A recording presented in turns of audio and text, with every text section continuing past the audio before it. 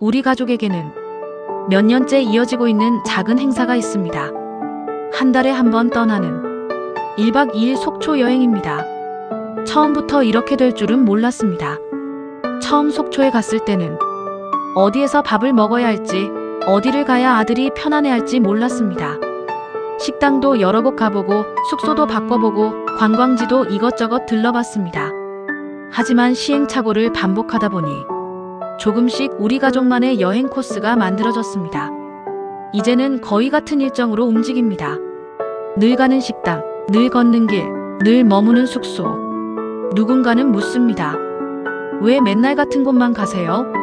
새로운 곳도 가보셔야죠. 그 말을 들으면 웃으며 대답하지만 사실 우리 가족은 알고 있습니다. 지금의 여행 방식이 우리에게 가장 편안하고 행복한 방법이라는 것을요. 낯선 장소는 아들에게 큰 긴장을 줍니다. 새로운 소리, 새로운 동선, 낯선 분위기. 누군가에게는 설렘일 수 있지만 아들에게는 큰 피로가 되기도 합니다.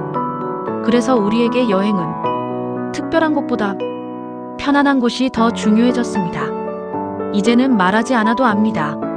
다음에 어디를 가는지, 무엇을 먹는지, 어디에서 쉬는지. 아마 아들도 알고 있을 겁니다. 아들이 가장 좋아하는 곳은 속초 해변입니다. 바닷가 산책로를 따라 자기만의 리듬으로 천천히 걷습니다. 그 얼굴에는 늘 웃음이 있습니다. 남편은 매번 그 모습을 휴대전화로 찍습니다. 나중에 영상을 다시 보면 참 신기합니다.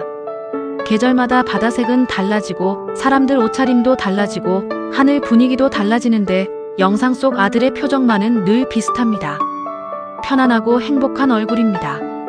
그 모습을 보고 있으면 우리는 늘 같은 말을 하게 됩니다. 우리가 이곳을 알게 된 건 참 다행이야. 식당도 이제는 거의 정해져 있습니다. 감자전, 산채 비빔밥, 순두부처럼 익숙한 음식들입니다. 여러 번의 시행착오 끝에 아들이 가장 편안해하는 곳들만 남았습니다. 이제는 식당 사장님들도 우리를 알아보십니다. 이번 달에도 오셨네요. 오늘 기분 좋아 보이네. 그런 말을 들을 때면 괜히 마음이 따뜻해집니다. 어떤 날은 음식을 더 챙겨주시고 아들이 조금 소리를 내도 편안히 기다려주십니다.